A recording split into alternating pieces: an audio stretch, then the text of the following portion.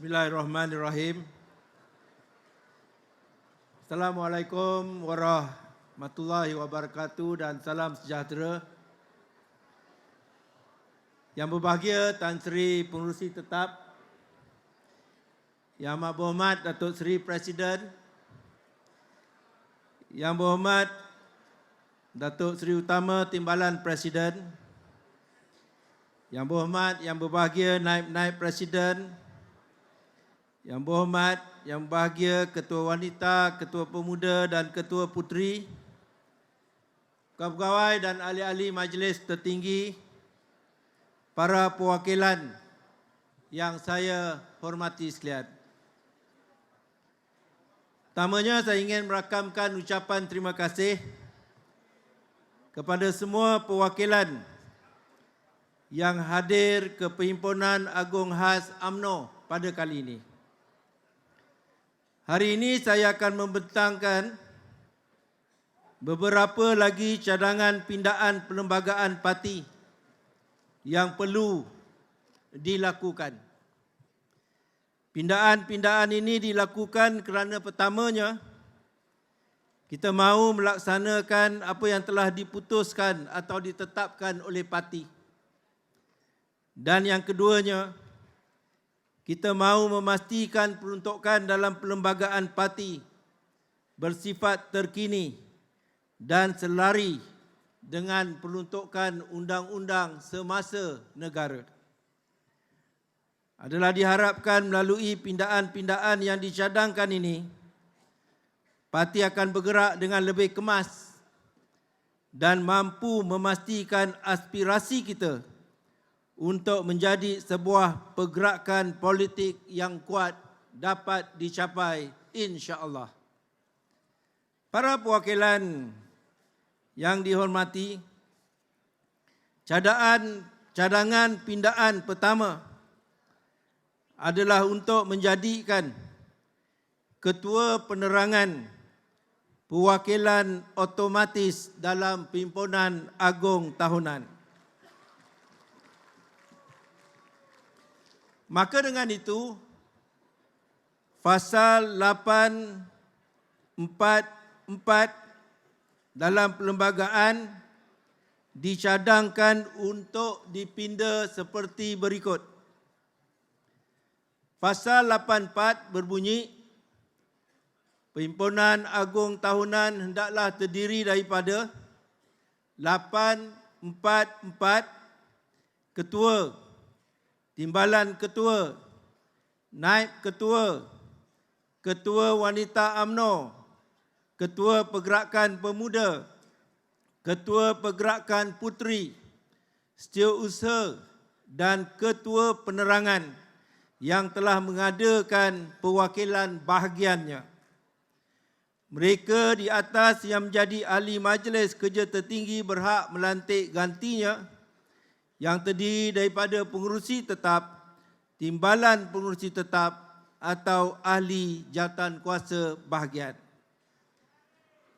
Pindaan ini akan disusuli dengan pindaan kepada Pasal 923 dalam Peraturan Wanita, Pergerakan Pemuda dan Pergerakan Puteri yang masing-masing berkaitan dengan Perhimpunan Agung Wanita UMNO, Perhimpunan Agung Pemuda UMNO dan Perhimpunan Agung Puteri UMNO yang akan ditentukan dan diluluskan kelak oleh majlis tertinggi.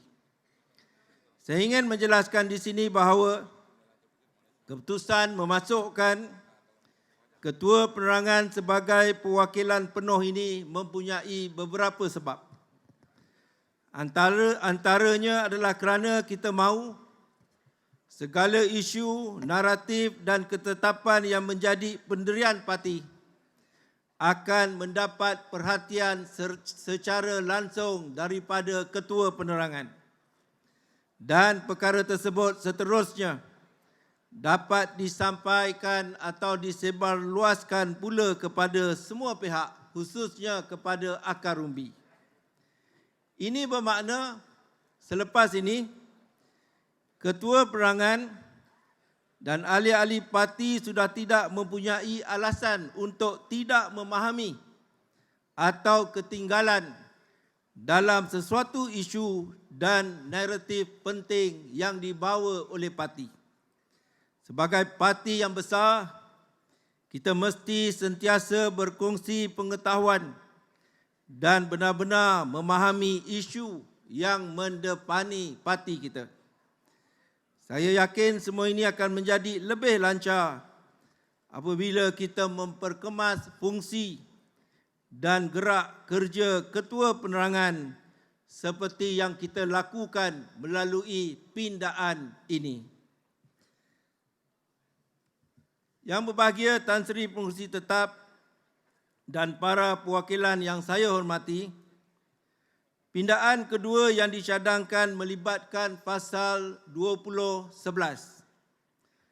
Pasal 2011 yang sedia ada memperuntukkan bahawa seseorang ahli yang menang bertanding tetapi meninggalkan parti atau bertanding sebagai calon bebas atau parti lawan dalam pilihan raya Dewan Rakyat atau Dewan Negeri akan gugur keahlian dengan sendirinya.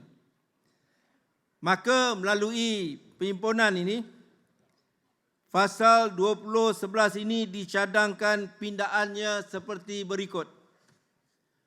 Pasal 2011, seseorang ahli UMNO akan tergugur keahliannya secara automatik sekiranya 2011(1) ahli UMNO tersebut telah terpilih sebagai ahli Dewan Rakyat atau Dewan Undangan Negeri dan kemudiannya telah menyertai satu pakatan politik yang tidak dianggotai oleh UMNO atau memilih untuk menjadi ahli Dewan Rakyat atau Dewan Undangan Negeri bebas. Atau 2011(2), ahli UMNO itu bertanding di dalam mana-mana pilihan raya sebagai calon bebas atau calon pakatan politik yang tidak dianggotai oleh UMNO. Cadangan pindaan bagi Pasal 2011 ini dibuat berdasarkan pertimbangan berikut. Pertama, mewujudkan keseragaman antara peruntukan perlembagaan, parti dan peruntukan undang-undang negara. Seperti yang kita sedia maklum, UMNO adalah antara parti yang telah aktif dan lantang mempelopori usaha dan gerakan memperkenalkan undang-undang yang menghalang amalan lompat parti. Amalan tersebut bukan sahaja telah menjadikan UMNO sebagai mangsa utama pasca PRU 14, malah amalan lompat parti telah mengheret seluruh negara kepada peralihan kerajaan yang kerap sekaligus menimbulkan ketidakstabilan politik tanah air. Impaknya bukan sahaja besar tetapi buruk dan menyusahkan banyak pihak. Namun alhamdulillah, hasil kesungguhan dan pendirian tegas yang parti pamerkan, akhirnya negara kita sudah mempunyai undang-undang khusus bagi menghalang dan mengekang amalan lompat parti yang tidak berprinsip ini. Jadi, kita tidak boleh berhenti di situ. Perlembagaan parti mesti turut diubah agar selari dengan peruntukan undang-undang anti lompat parti. Mereka yang terlibat turut gugur keahlian UMNO mereka secara otomatis. Kedua, UMNO mesti menjadi parti yang menunjukkan teladan baik. Selain mewujudkan keseragaman dengan peruntukan undang-undang negara, tindakan meminda Pasal 2011 ini menunjukkan kesungguhan dan keseriusan UMNO dalam memberikan teladan yang baik. Kita tidak hanya boleh bercakap tentang keburukan amalan lompat parti sahaja tanpa mengambil tindakan tegas mengenainya. Jadi pindaan ini adalah salah satu dari cara parti menzahirkan ketegasan kita dalam memerangi amalan lompat parti di negara kita. Ketiga, ketidakadilan kepada parti, ahli dan jentera.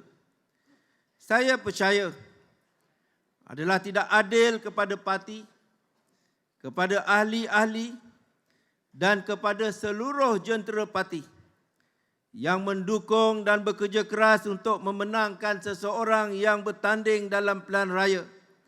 Namun selepas kemenangannya, semua itu dibalas dengan menyertai pakatan politik yang tidak disokong UMNO atau menjadi wakil rakyat bebas. Sedangkan semasa berkempen, parti mendukung mereka. Ahli-ahli parti menyokong mereka. Banyak sumber wang, tenaga dan masa dihabiskan untuk membantu dan memastikan kejayaan milik parti. Atas dasar ini, adalah wajar dan patut mereka yang melompat parti atau menjadi wakil rakyat bebas selepas kemenangan dalam apa-apa pilihan raya dilucutkan keahliannya secara otomatik. Para perwakilan yang saya hormati, saya harap pindaan-pindaan dan cadangan pasal kecil baru ini akan menambah baik perjalanan dan kedudukan parti kita sebagai parti yang bergerak berdasarkan maklumat yang jelas dan menolak amalan yang tidak baik seperti lompat parti. Sesungguhnya kita semua mengharapkan yang terbaik untuk UMNO dan kelangsungan parti ini demi menjadi wahana penting untuk menjaga kemaslahatan orang Melayu dan tanah air kita. Saya harap cadangan pindaan kepada pasal-pasal yang disebutkan tadi akan diterima dan diluluskan oleh parti. Tan Sri Pengerusi Tetap, sekian, saya mohon mencadangkan. Terima kasih Yang Berhormat